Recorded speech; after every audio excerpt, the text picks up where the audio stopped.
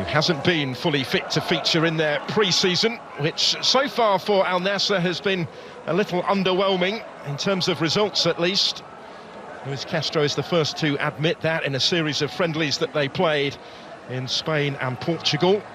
More successful for Al-Hilal in terms of the results was their trip to Austria, but it's all been about fine-tuning preparations ahead of occasions such as this. And then, of course, the start of the league season in less than a week's time now. Silverware at stake before then.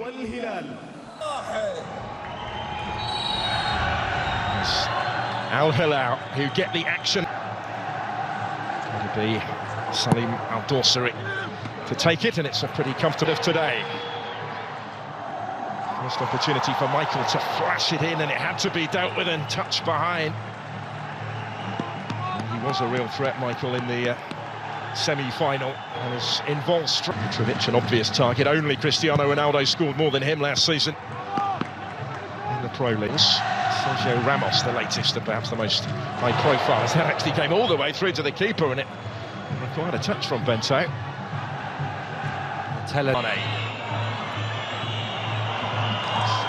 Through towards where Alex Telles had continued his run, but he just runs out of room. Frustrating.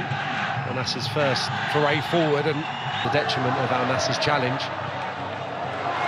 Malcolm helping this one on towards Salim to try and win it back here and return it towards Yaya. Bonu got a glove on it. Appeals are ongoing as the keeper comes clear and tries actually to spot the counter-attack. You could see what he was trying. Cristiano Ronaldo's complaints continue though. They're not interested, the officials. Otavio did really well there. That rotation probably going to be key. Decent distance on the throw as well, which is to try and keep the danger alive. Alex Telles, his countryman, up against him. Being delivery aimed towards Ronaldo. It was only partially cleared there for Abdullah El-Kaibari. Through a posse of players it came. And he's got options either side here. Tried to take the shot on himself, and it spins away and out of play before it could reach Ayman Yaya, but they'll get the corner. Ronaldo's chance to be frustrated there. I think it should have gone left, hitting the delivery as well in that packed penalty area. It's in towards Talisca, helping it wider. This is a strong run. And just maybe tried to take on one too many, Salim Al-Dawsari, because he had other options in the middle. Yeah, the change of pace was electric once he received it off Neves. For both of these clubs, the promise may be of more new names to arrive before the... which they are queuing up to try and get on the end off. Alex Telles will take it.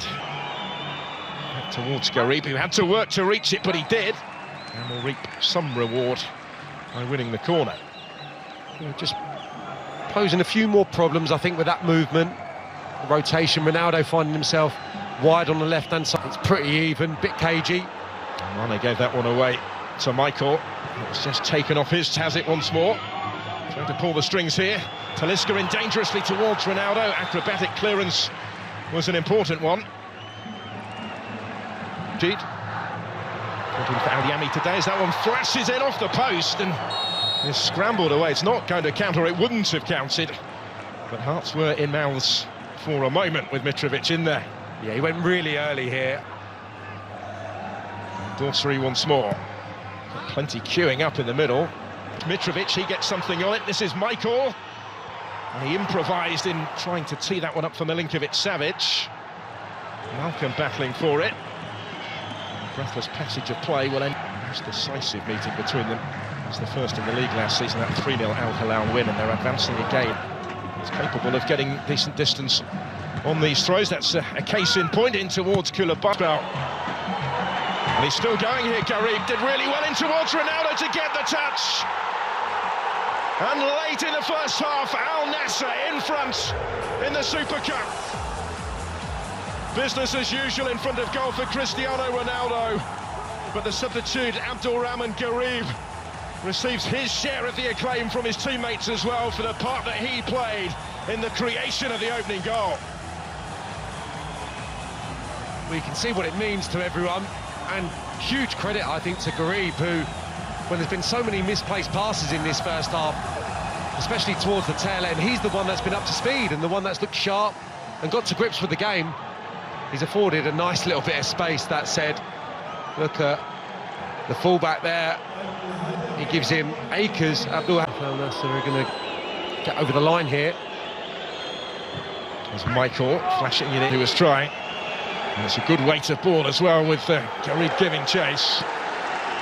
For Al-Hilal to sustain some early second half pressure. Ruben Neves with the corner. Off the head of Alec Abdullah on Kaybari. Michael's done well to get away from him, and he was able to pick the pass for Hassan Al-Tambakti. The centre-back had located a little bit of space in an otherwise congested penalty area, but couldn't find the finish. Yeah, brilliant. Malcolm. He floats it in towards Mitrovic, making a nuisance of himself in between the two defenders. Just did enough to deny him. Yeah, a little of influence that he would have hoped for yet. Good up from the back. Talisca and Ronaldo targets as well for Garib. Actually case. Sadio Mane up the other end. And Nordi had stayed with him. Al-Tambakti did get one at the Under-20 World Cup some 5 and a bit years. Just getting Malcolm a little bit more the ball. Savic gets it back from Mitrovic and waltzes his way through to score the equalising goal. Al-Hilal back on terms at 1-1. After that super link-up between the Serbians, Mitrovic played his part, Milinkovic-Savic did the rest and some. And we're all square in the Super Cup final. Well, it's a breathtakingly good finish. I'll say that first.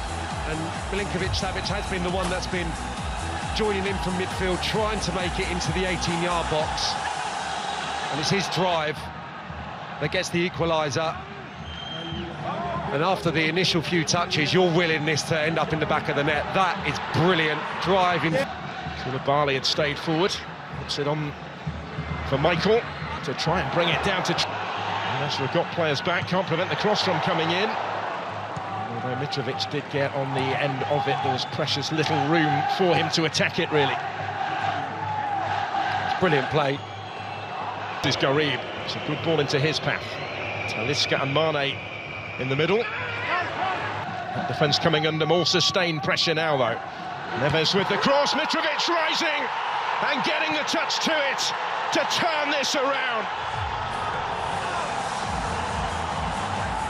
The responsive champions in the second half from Al-Hilal to ensure that further silverware is within their reach now.